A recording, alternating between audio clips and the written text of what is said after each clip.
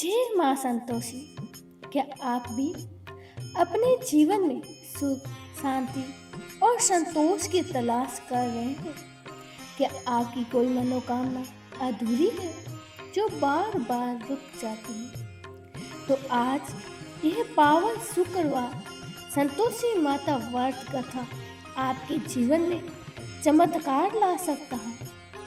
कहा जाता है कि जो भी श्रद्धा और विश्वास के साथ संतोषी माता की ये कथा सुनता है या पढ़ता है, उसके जीवन से दुख, दरिद्रता और कष्ट धीरे धीरे समाप्त हो जाते हैं। तो पूरी श्रद्धा के साथ अंत तक जुड़े रहिए और माता रानी से अपनी मनोकामनाएं जरूर मांगिए। आइए शुरू करते हैं शुक्रवार संतोषी माता व्रत कथा। मंगलाचरण। सिद्ध सधन सुंदर वंदन, गणनायक महाराज, दास आप कहूँ सदा, कीजिए जन के काज। जय शंकर जय गंगाधर, जय जय उमा भवानी, सिया राम कीजिए कृपा, हरे राधा कल्याणी। जय शारद जय लक्ष्मी, जय जय गुरु दयाल, देव विप्रे गो, संत जन भारत देश विशा। चरण कमल गुरु जन की, नमन करूं धीर दसी, मोहे घर सुख संपत्ति भरो, देख शुभ आशीष। मातु शरण हूँ आपकी, दो श्री और संतोष, संत जनन के चरण हित, खर्च होए मम कोष। माँ संतोषी तोष दो, हो भटकन से दूर, तव सेवा में मन लगे, अहंकार हो चूर। व्रत महात्म एवं विधि। संतोषी माता के पिता गणपति और माता रिद्धि सिद्धि है। इनका परिवार धन धान्य, सोना चांदी, मोती मूंगा तथा रत्नों से भरा है। पिता गणेश की कृपा से दरिद्रता और कलह का नाश होता है। घर में सुख तथा शांति, बाल गोपाल से भरा परिवार, व्यापार में लाभ ही लाभ, मन की सर्व मनोकामना की पूर्ति और शोक विपत्ति चिंता आदि सब दूर होती है। कथा आरंभ करने से पहले पवित्र स्थान पर एक तांबे का कलश जल से भरकर रखें। उस कलश के ऊपर एक कटोरी में गुड़ और चना रखें। ध्यान रहे प्रसाद सदा ही सवाया ही चढ़ाए, ताकि जैसे ₹1.25 का, ₹2.5 का आदि अपनी क्षमता के अनुसार ही प्रसाद ले। माता प्रेम व श्रद्धा की भूखी है, मात्रा की नहीं। कथा कहने वाला अपने सीधे हाथ में गुड़ व चना ले और कथा श्रवण करने वाले समय समय पर संतोषी माता की जय, संतोषी माता की जय बोलते रहे। कथा समाप्त होने पर आरती करें तथा कलश में रखा जल पहले पूरे घर में छिड़के, फिर शेष जल तुलसी को चढ़ा दे। कथा कहने वाला अपने हाथ में रखा गुड़ और चना गौ माता को खिलाए। इसके प्रसाद ही कटोरी में रखा प्रसाद कथा सुनने वालों तथा घर के सदस्यों में बांट दे। एक समय ही भोजन करें और जितने शुक्रवार व्रत करने का संकल्प किया है, वह समय पूरा होने पर उद्यापन करना आवश्यक है। उद्यापन में घर के तथा पड़ोस के बच्चों को बुलाकर भोजन करवाकर यथाशक्ति दक्षिणा दे। इस दिन घर में कोई खटाई का सामान ना लाए। विधि के अनुसार व्रत करने से व्रतकर्ता की सभी मनोकामनाएं पूर्ण होगी। परिवार में सुख, शांति और व्यापार में उन्नति के लिए ये व्रत सर्वे उत्तम तथा अत्यधिक ही सरल है।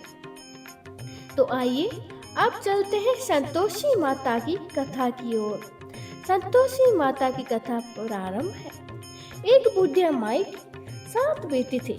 6 बेटे तो कमाने वाले थे और एक बेटा निकम्मा था। बुढ़िया माई 6 पुत्रों का जूठा 7वें को देती थी। 7वां पुत्र एक दिन अपनी पत्नी से बोला, देखो मेरी माता का मुझ पर कितना प्रेम है। वह बोली, क्यों नहीं, सबका जूठा बचा हुआ तुमको ही तो खिलाती है।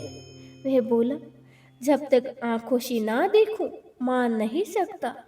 पत्नी ने हंसकर कहा, देख लोगी तब तो मान जाओगे ना। कुछ दिन बाद एक बड़ा त्योहार आया। घर में 7 प्रकार के भोजन और चूरमा के लड्डू बने। वह पत्नी की बात को जांचने के लिए सिर दर्द का बहाना बनाकर पतला सा कपड़ा सिर पर ओढ़कर रसोई में जाकर सो गया और कपड़े में से सब देखता रहा। 6 भाइयों को तो भोजन कराने आए उनसे देखा, माँ ने उनके लिए सुंदर सुंदर भोजन बिछाए, सुंदर सुंदर आसन बिछाए, 7 प्रकार की रसोई परोसी और आग्रह कर कर के उन्हें भोजन कराती रही। वह देखता रहा। 6 भाइयों के भोजन कर उठ गए, तब माँ ने उनकी थालियों में से लड्डुओं के टुकड़ों को उठाया और एक लड्डू बनाया।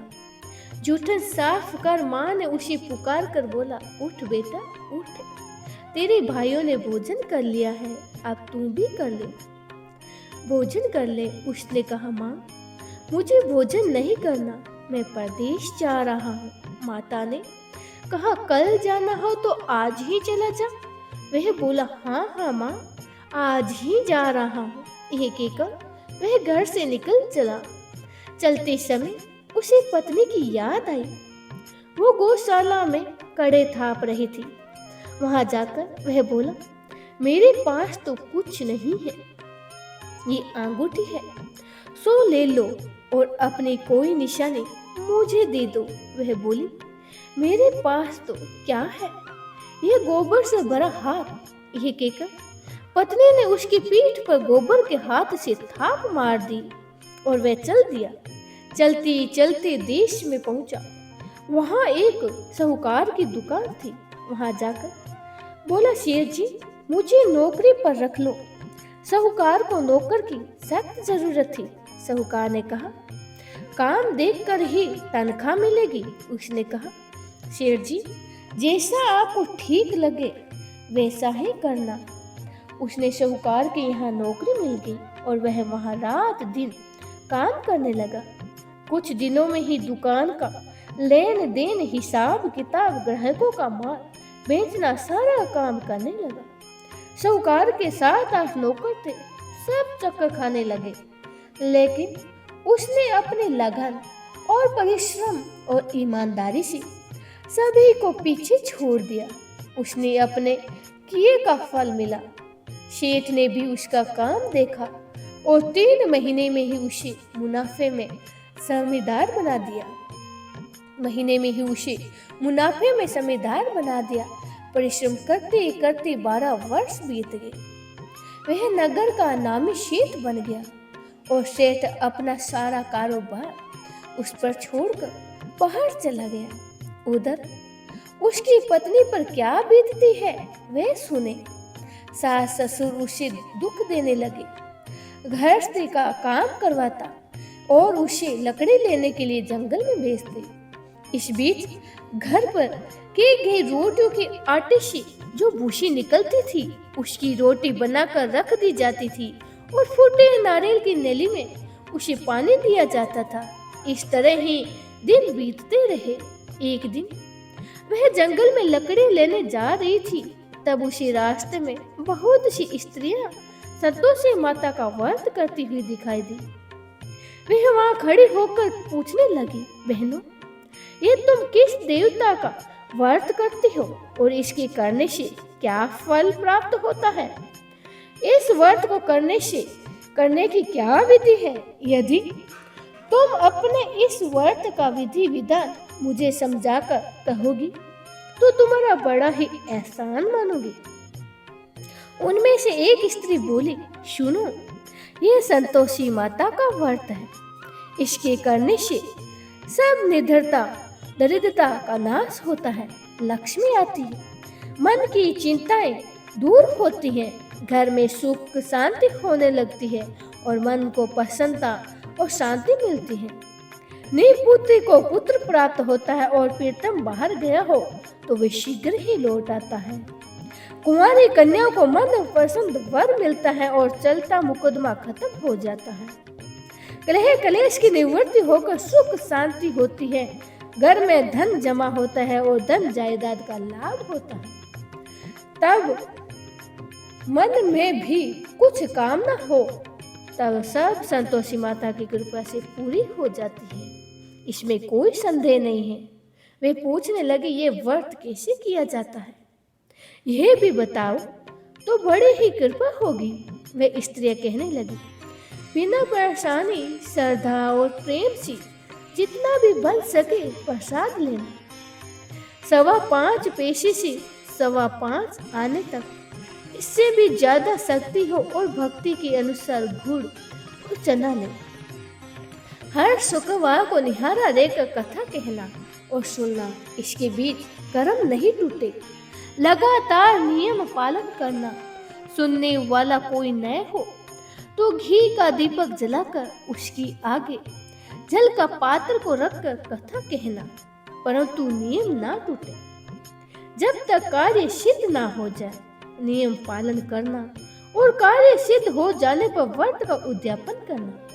3 मास में माता पूरा फल देगी। यदि किसी के खोटे ग्रह हो तो भी माता 1 वर्ष में अवश्य उन्हें अनुकूल करती है। कार्य सिद्ध होने पर ही उद्यापन करना चाहिए, बीच में नहीं। उद्यापन में 2.5 शेर के आटे का खाजा तथा इसी अनुसार खीर तथा चने का साग बनाना। 8 बच्चों को भोजन कराना। जहाँ तक मिले देवर जेठ भाई बंधु कुटुंब के लड़कों को लेना। नहीं मिले तो रिश्तेदार और पड़ोसियों के लड़कों को बुला लेना। उन्हें भोजन कराकर यथाशक्ति दक्षिणा देना।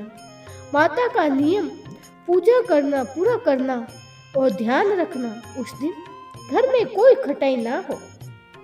ये सुनकर वह वहां से चली गई और रास्ते में लकड़ी का एक बोझ को बेच दिया और उन पैसों से गुड़ चना लेकर माता के व्रत की तैयारी करने लगी और आगे चले गए। रास्ते में संतोषी माता के मंदिर में जाकर माता के चरणों में लेट गई और विनती कर कहने लगी, माँ मैं दीन हूँ, निवट मूर्ख हूँ, व्रत के नियम कुछ नहीं जानती, मैं बहुत ही दुखी हूँ। हे माता मेरा दुख दूर कर, मैं तेरी शरण में हूँ। माता को दया आई। एक शुक्रवार बीता कि दूसरे शुक्रवार को उसके पति का पत्र आया और तीसरे शुक्रवार को उसका भेजा हुआ पैसा आ गया। ये देखकर जेठानियां मुंह सिकोड़ने लगी और इतने दिनों बाद इतना पैसा आया है, इसमें क्या ही बड़ाई है। लड़के ताने देने लगे, ओहो काकी के पास तो अब पत्र आने लगे हैं, रुपए आने लगे हैं, अब तो काकी की खातिरी बढ़ेगी, अब तो काकी बुलाने से भी नहीं बोलेगी। बेचारी सरलता से कहती, भैया पत्र ही तो आए हैं, रुपए ही तो आए हैं, हम सब के लिए तो अच्छा ही है। ऐसा कहकर आंखों में आंसू भरकर संतोषी माता के मंदिर में जाकर मातेश्वरी के चरणों में गिरकर रोने लगी। माँ मैंने तुझसे पैसे नहीं मांगे हैं, मुझे पैसों से क्या काम, मुझे तो अपने सुहाग से काम है। मैं तो अपने पति के दर्शन और सेवा मांगती हूँ। तब माता ने प्रसन्न होकर कहा, जा बेटी तेरा स्वामी जल्दी ही आ जाएगा। ये सुनकर मैं खुशी से बावली होकर घर का आकर काम करने लगी। संतोषी माँ विचार करने लगी, इस भोली पुत्री से मैंने कह तो दिया है कि तेरा पति शीघ्र ही आएगा, पर आएगा कहाँ से, वह तो इसे स्वप्न में भी याद नहीं करता है। उसे इसकी याद दिलाने के लिए तो मुझे ही जाना पड़ेगा। संतोषी माता ने उस बुढ़िया के बेटे को स्वप्न में समझाया, पुत्र तेरी घरवाली कष्ट उठा रही है। वह बोला, हाँ माता ये तो मुझे भी मालूम है, परंतु क्या करूं, वहां कैसे जाऊं, परदेश की बात है, लेन देन का सारा हिसाब किताब है, कोई जाने का रास्ता नजर नहीं आता है, आप ही कोई राह दिखाओ, वहां कैसे जाऊं। मां कहने लगी, सवेरे नहा धोकर संतोषी माता का नाम लेकर घी का दीपक जला दंडवत कर और दुकान पर जाके बैठ जा। देखते ही देखते तेरा लेन देन चुकता हो जाएगा और जमा माल बिक जाएगा। सांझ होते होते धन का ढेर लग जाएगा। अगले दिन सुबह जल्दी उठा और वह उसे अपने मित्र और बंधुओं परिचितों से सपन में माता द्वारा कही गई बात कही तो वह सब उसकी बात सुनकर उसकी खिल्ली उड़ाने लगे। वह कहने लगे कि कहीं कभी सपने भी कभी बात सच्ची होती है। एक बूढ़ा मनुष्य था, वह बहुत ही समझदार था। वह बोला, देख भाई, मेरी बात मानो तो इस सच को या झूठ कहने के बदले देवता ने जैसे कहा है वैसा ही करना। तेरा क्या जाता है। बूढ़े की बात मानकर नहा धोकर उसने संतोषी माता को प्रणाम किया। फिर घी का दीपक जलाकर दुकान में जाकर बैठ गया और शाम तक धन का ढेर लग गया। वह हैरान हुआ, मन में संतोषी माता का नाम लेकर प्रसन्न होकर घर जाने के वास्ते गहना, कपड़ा और सामान खरीदने लगा। सब काम पूर्ण कर अपने घर को रवाना हुआ। उधर उसकी पत्नी जंगल में लकड़ी लेने गई। लौटते वक्त थके जाने के कारण संतोषी माता के मंदिर पर विश्राम करने बैठ गई। ये तो उसका रोज का रुकने का स्थान था। धूल उड़ती देखकर उसने माता से पूछा, हे माता, ये कैसी धूल उड़ रही है। माँ ने कहा, हे पुत्री, तेरा पति आ रहा है। अब तू ऐसा कर, लकड़ियों के 3 बोझ बना, एक नदी के किनारे रख, दूसरा मेरे मंदिर पर रख और तीसरा अपने सिर पर रख कर तेरे पति को लकड़ी का गट्ठा देकर मोह पैदा होगा। वह वहां रुकेगा, नाश्ता पानी बनाकर खाकर माँ से मिलने जाएगा। तो लकड़ी का बोझ उठाकर जाना और बीच चौक में गट्ठा डालकर 3 आवाजें जोर जोर से लगाना।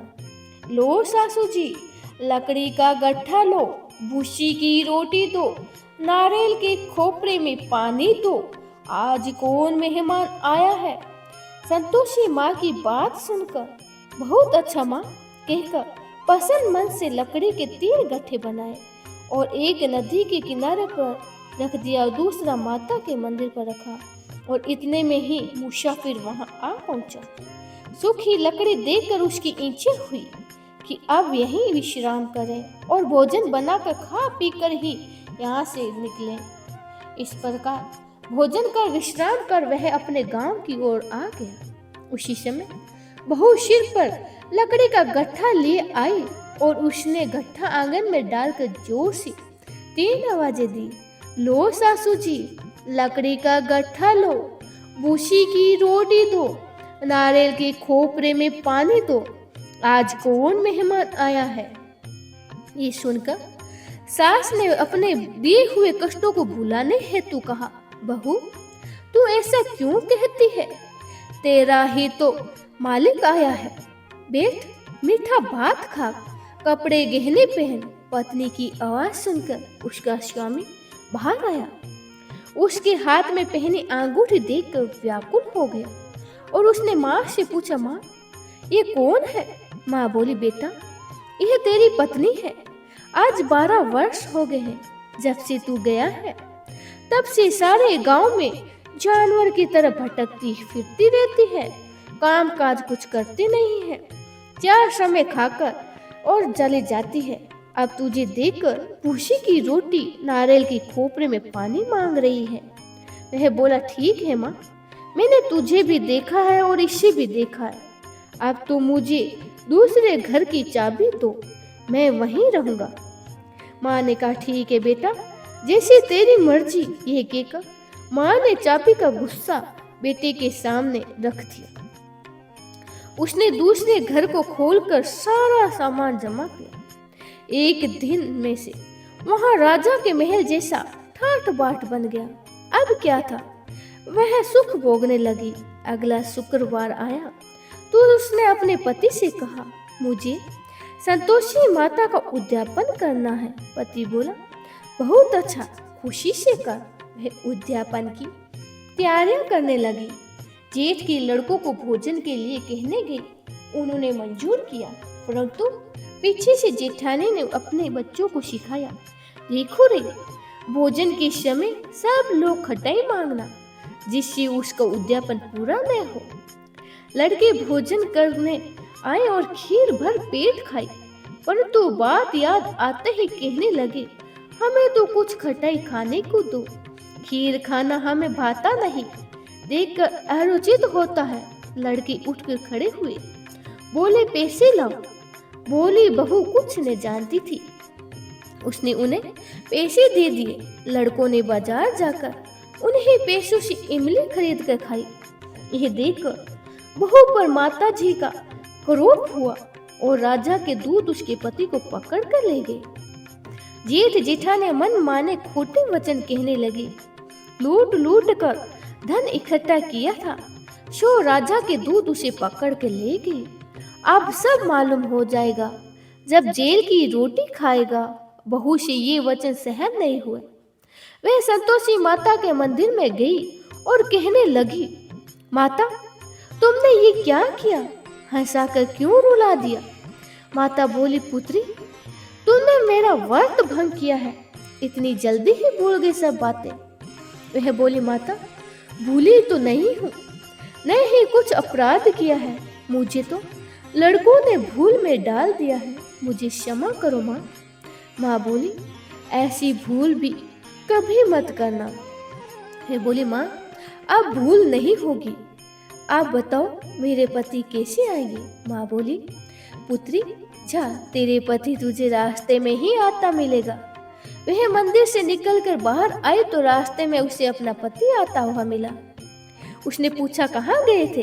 वह बोला, इतना धन कमाया है, उसका कर राजा ने मांगा था, वह भरने गया था। वह प्रसन्न होकर बोली, भला हुआ, अब घर चलते हैं। फिर अगला शुक्रवार आया। वह बोली, मुझे माता का उद्यापन करना है। पति ने कहा, ठीक है, करो। वह फिर जेठ के लड़कों से भोजन को कहने गई।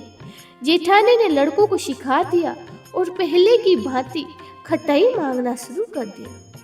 लड़के भोजन करने बैठे, परंतु भोजन करने से पहले ही कहने लगे, हमें खीर पूरी नहीं भाती, जी बिगड़ता है, कुछ खटाई खाने को दो। बहू बोली, खटाई खाने को नहीं मिलेगी, खाना है तो खाओ, वरना उठ के यहाँ से चले जाओ। उसने ब्राह्मण के लड़कों को बुलाकर भोजन कराया, दक्षिणा की जगह एक एक फल दिया और इससे संतोषी माता प्रसन्न हो गई। माता की कृपा से 9 माह बाद उसकी चंद्रमा के समान एक सुंदर पुत्र प्राप्त हुआ। पुत्र को लेकर वे प्रतिदिन संतोषी माता के मंदिर जाने लगी। माँ ने सोचा कि यह तो हर रोज ही आती है, आज क्यों ना मैं ही इसके घर चली जाऊं और इसका आसरा भी देख लूं। तो सही ये विचार करके माता ने भयानक रूप बनाया। गुड़ और चने सी सना मुख, ऊपर से सूंड के समान होठ और उस पर मक्खियां भिन भिनाती रही थी। दहलीज पर पैर रखते ही उसकी सांस चिल्लाई, देखो रे देखो, कोई चुड़ैल डाकनी चली आ रही है। लड़कों, इसे भगाओ, नहीं तो ये सब खा जाएगी। बहू रोशनदान से देख रही थी। वह प्रसन्न हो उठी, आज तो मेरी माँ मेरे घर आई है। यह कहकर दूध पीते बच्चे को गोद से उतार दिया और उस पर उसकी सास क्रोध से भरकर बोली, अरे ये दुष्टनी, इससे देखो कैसे उतावली हुई आ रही है, जो अपने बच्चे को ही पटक दिया है। इतने में ही माँ के प्रताप से जहाँ देखो वहाँ उसे लड़के ही लड़के नजर आने लगे। बहू बोली, माँ जी, मैं जिनका व्रत करती हूँ ये वही संतोषी माता है। इतना कहकर उसने झट से घर के सारे किवाड़ खोल दिए। सबने माता के चरण पकड़ लिए और उनसे विनती करके कहने लगे, हे माता, हम मूर्ख हैं, अज्ञानी हैं, तुम्हारे व्रत की विधि हम नहीं जानते हैं। तुम्हारा व्रत भंग कर हमने बड़ा ही अपराध किया है। हे माता, आप हमारे अपराध को क्षमा करो। इस प्रकार बार बार कहने पर संतोषी माता प्रसन्न हुई और इसके बाद उसकी सास कहने लगी, हे संतोषी माता, आपने बहू को जैसा फल दिया वैसा सबको देना। जो ये कथा पढ़े या सुने उनका मनोरथ पूर्ण करना। बोले श्री संतोषी माता की जय हो।